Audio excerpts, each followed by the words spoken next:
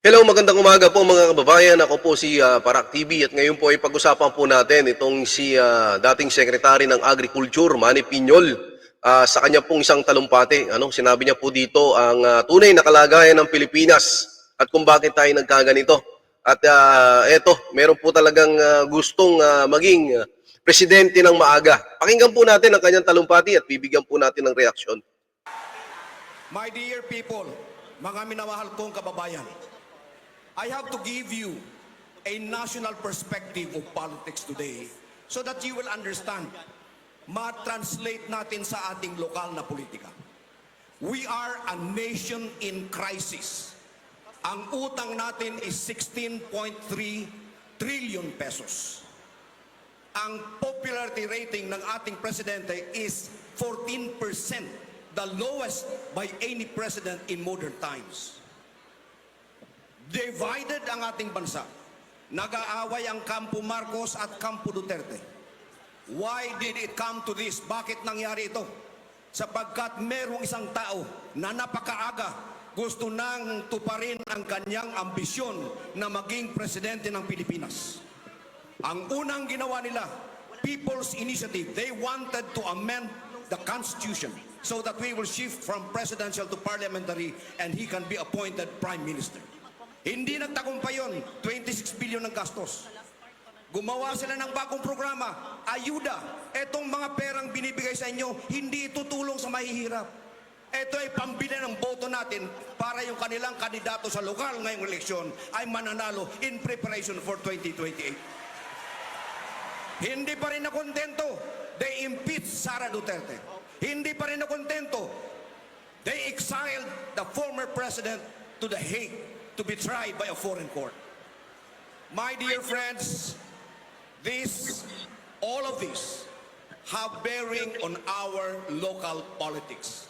Sapagkat, ang totoo niyan, etong mga ayudang tinatanggap ninyo ngayon ay bahagi ng isang matinding plano para bilhin ang mga boto ng ating mga botante so that they will be able to position their local candidates so that in 2028, that man who has been salivating to become the next president could fulfill his dream. And this man is no other than Martin Romualdez. So yan po mga kababayan, talagang matapang na pinangalanan. Dito po ni dating Secretary Manny Piñol, ito pong si House Speaker Martin Romualdez. Talagang may balak daw po ito na maging Pangulo ng Pilipinas. Dahil kung makikita nyo, yun po talagang yung mga ayuda na yan, bago po mag-ayuda na yan, yung po kanilang ginagawang pagpapapirma doon po sa People's Initiative, na nabulgar din po yan. At ilang beses din po yan na tinalakay ito ni former President Duterte. Yung People Initiative na yan, na nangangala po sila ng perma. And then hindi umubra. Sinundan na po nito ang mga ayuda, AKAP, TUPAD, AX.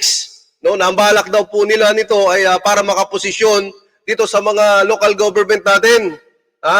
At nang ganun ay magamit po nila sa darating na 2028 election. Pero mga kababayan, kung titingnan nyo po, sa pagpili po ng kandidato, lalo na ngayon, midterm, ay titingnan po natin yung kanilang mga nagawa, yung kanilang mga kredibilidad, na pamunuan ng bansa natin para nang sa ganun ay maging maayos naman. Dahil sa panahon po ngayon, nagkakawatak-watak na ang mga Pilipino, lalo na po nang ipadala po nila sa The Hague ito si President Duterte, di ba?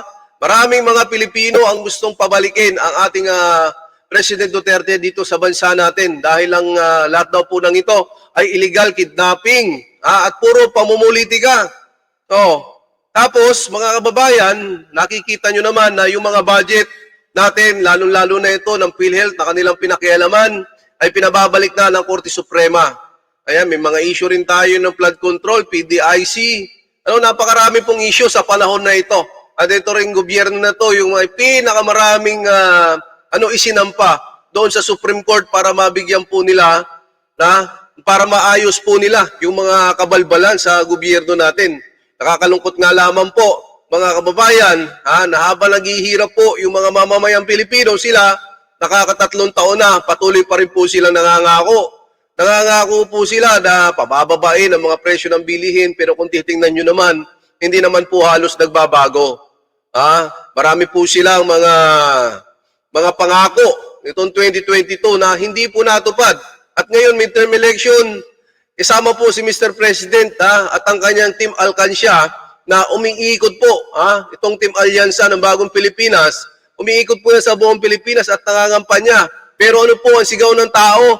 Duterte, Duterte, Duterte. At dito napakalinaw po na sinabi po ni dating Secretary Manny Piñol na talagang may pangarap po maging presidente itong si Martin Romualdez.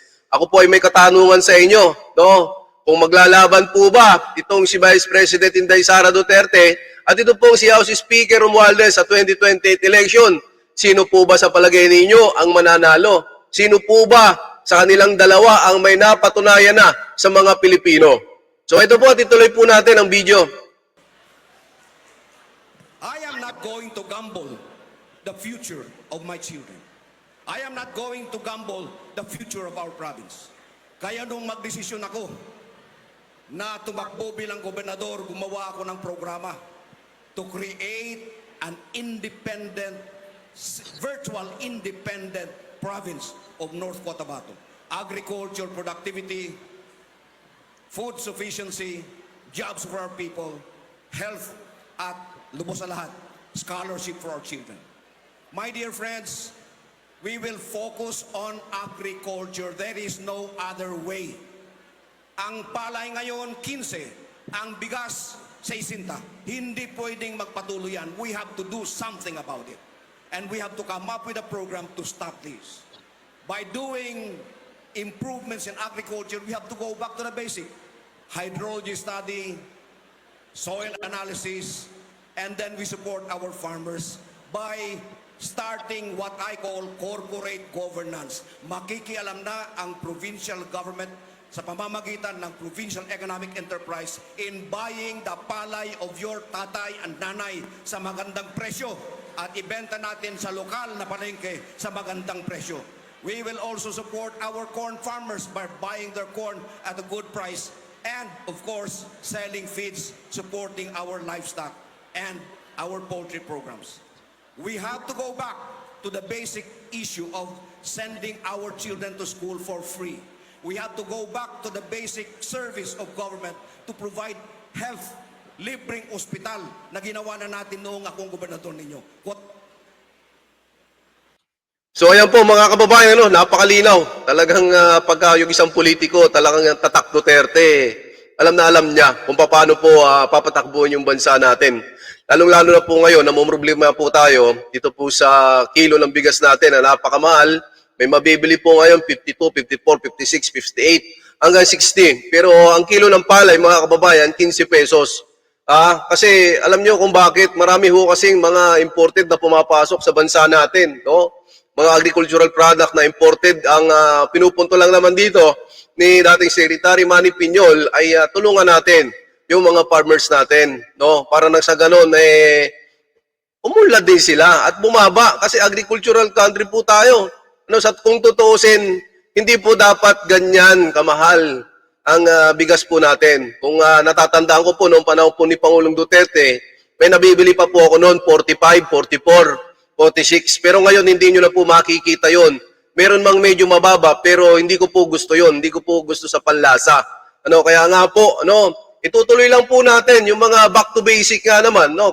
Katulad na nga lamang nitong mga, meron na nga po yung mga libreng gamot, di ba? Libreng pa-hospital itong si Secretary Manny Piñol, no? Isa lamang po mga kababayan ko ang iiwanan ko po sa inyo na talagang pagka ang politiko ay nag-iisip kung ano ang ikabubuti sa kanyang bansa, malamang sa malamang ay matutugunan niyo po ang pangangailangan ng bawat Pilipino, no? Doon tayo sa mga politiko na may ginagawa, may nagawa na, may napatunayan na. Wag doon sa mga politiko na nangangarap na maging pangulo, pero yung kanilang lugar ay hindi mo naman nakakikita. No? Marami nga nagre-reklamo dyan. No? Tatakbo daw yan ng presidente, pero yung kanilang lugar ay hindi maayos-ayos. Oh, lubak-lubak yung mga kalisada. Nakita ko lamang po yan sa ilang mga video, sa mga komento ng mga netizens natin sa social media.